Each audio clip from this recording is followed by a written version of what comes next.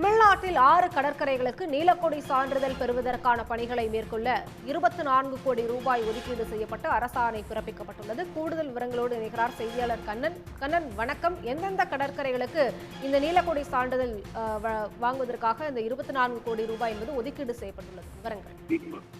நிச்சயமாக தமிழகத்தில் உள்ள பல்வேறு கடற்கரைகளுக்கு நீலக்கொடி சான்றிதழ் பெறுவதற்கான நடவடிக்கைகளை தமிழ்நாடு அரசானது மேற்கொண்டு வருகிறது. இந்த நீலக்கொடி சான்றிதழ் சர்வதேச சான்றிதழ் என்பதால் இந்த சான்றிதழ் கிடைத்தால் அங்கு சுற்றுலா பயணிகளின் வருகை அதிகரிக்கும் என்று எதிர்பார்க்கப்படுகிறது. இதற்கு முன்பாக சென்னை, மெரினா, திருவான்மியூர், கோவளம் ஆகிய 6 கடற்கரைகளுக்கு நீலக்கொடி சான்றிதழ் பெற தமிழ்நாடு அரசு நடவடிக்கை எடுத்து வருகிறது. இந்நிலையில் இதனைத் தொடர்ந்து மேலும் 6 கடற்கரைகளுக்கு நீலக்கொடி சான்றிதழ் பெறுவதற்கு 24 கோடி ரூபாய் ஒதுக்கீடு செய்து அரசாணை பிறப்பிக்கப்பட்டுள்ளது. அதன்படி சென்னை, திருவான்மியூர், உத்தண்டி, பாலவாக்கம், தூத்துக்குடியில் குலசேகரப்பட்டினம், விழுப்புரத்தில் கீழ்புதுப்பட்டு, கடலூரில் சாமியார்பேட்டை ஆகிய 6 கடற்கரைகள் இதற்கான பணிகள் மேற்கொள்ள அனுமதி அளிக்கப்பட்டுள்ளது. ஒரு கடற்கரைக்கு 4 கோடி வீதம் மொத்தம் 24 கோடி ரூபாய் ஒதுக்கீடு செய்து தமிழ்நாடு அரசு அரசாணை பிறப்பித்துள்ளது.